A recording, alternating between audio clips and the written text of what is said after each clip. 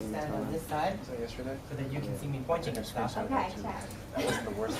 After the storm that is currently passing over us heads out to sea, there is essentially nothing happening in the next day or so that is all that interesting. So I'm just skipping straight over to...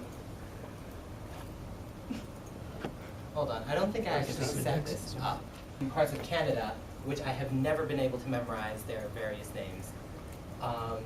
From the previous surface analysis, I think it was called, no, the pressure map, there was various precipitation. After a certain point, it just gets a bit fuzzy and you can't really tell anymore. Which of, hold on, where did it go? It appears to have disappeared.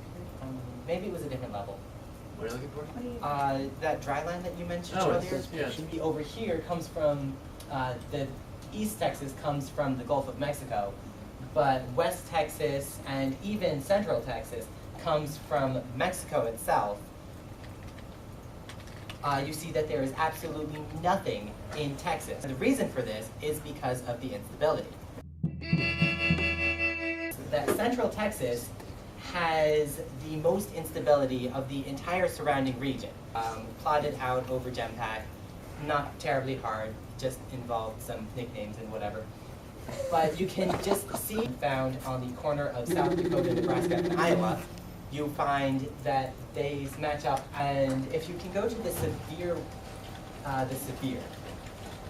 Now, I didn't start off with this because this is really chaotic and hard to understand, but this contains just about everything that's relevant. Down California, across New Mexico, and cutting through Colorado, Kansas, dipping down into Missouri, and then cutting up through Wisconsin. And the totals are almost impossible to understand in this, but you can see down here, I mean, there's a lot of clues all over this that are just, once you manage to pick them out, except this one's just entirely incomprehensible because the numbers are too jumbled in, which is why, of course, I made the GEMPAC plot. I mean, actually, you might, but I haven't figured out how to do satellite forecasts because satellites don't see into the future yet. We're not quite that technically advanced. It'd be nice if we were, but no. And I believe that's everything that I wanted.